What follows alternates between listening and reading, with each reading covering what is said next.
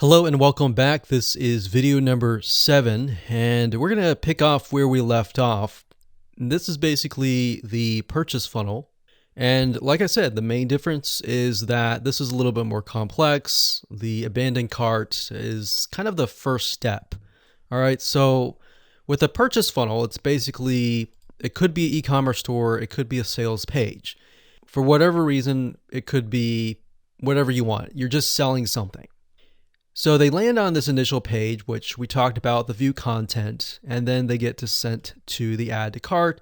If they, land on the add to cart, but they don't land on the purchase page, then we can create a custom audience. Like I said, if there's no option to embed the Facebook pixel onto the order form, there's a workaround by using ClickMeter. So I'm going to put clickmeter.com. just to clarify that a little bit. There we go. So what happens after the purchase? Well, many of you, depending on what you're selling, you could upsell them. You could offer a one-time offer. So you want to be able to track all of that. So we could say purchase, and we'll call this maybe the front end purchase. And for the sake of the standard event, we're just going to list it as purchase, the initial purchase.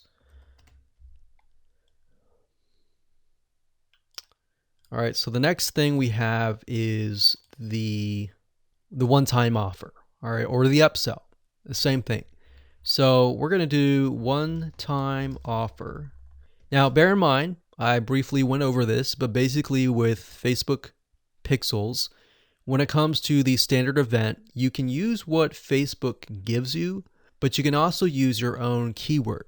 But you just need to make sure that you know what that keyword is, all right? So we could name it OTO1. And if you have several funnels, you might want to name it something related to that funnel. But for the sake of simplicity, we're just going to say OTO1. And I'm going to bold that so that you know that's a standard event. So we could do that. And maybe we want to figure out, okay, how many people purchase the front end offer, but they don't purchase the one-time offer. So if they made a purchase of the front end offer, which is the offer that they're aware of, the one-time offer is basically an offer that they are not aware of, but it's a really good deal that they're going to want to take up upon because they're going to save a lot of money. So this is the one-time offer, and you can add one-time offer 2, one-time offer 3, and you can get more complex with that.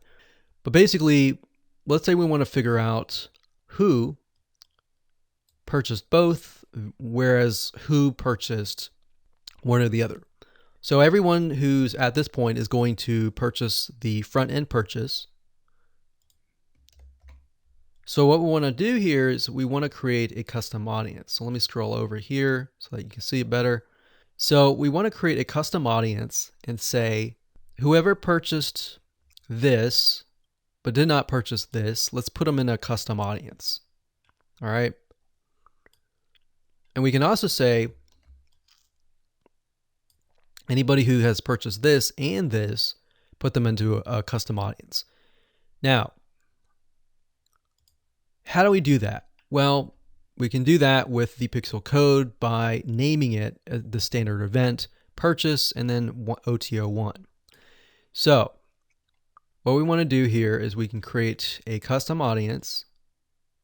So they land on the purchase page.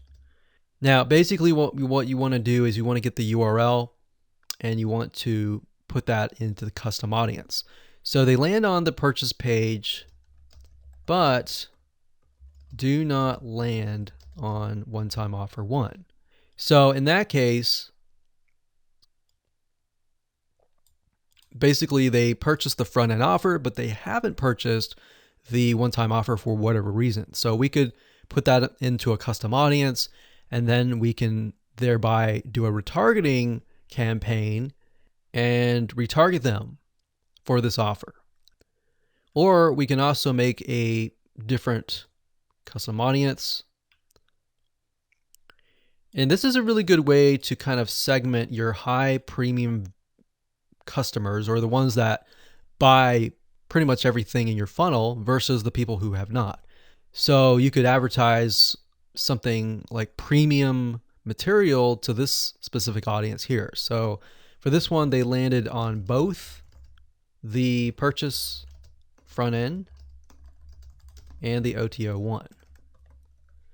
So I'm just showing you kind of a secret here of figuring out who your premium buyers are, because if they purchase this one and this one, it's a very high chance that they trust you and they want more from you and they're willing to buy more from you in the future. So these could be kind of your specialists where you give them a discount, or this one too.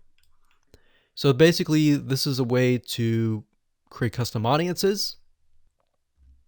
So that's the purchase funnel event, and that's what you need to do to track every step of the way. So as a recap, quickly, we got the first view content page, we have the add to cart page, we have the purchase page, and then we have the one-time offer page.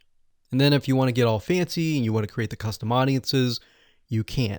But you basically take this and you want to add the pixel code to the header, which is what we talked about in video number 5. All right, so with that said, let's move on to the next video.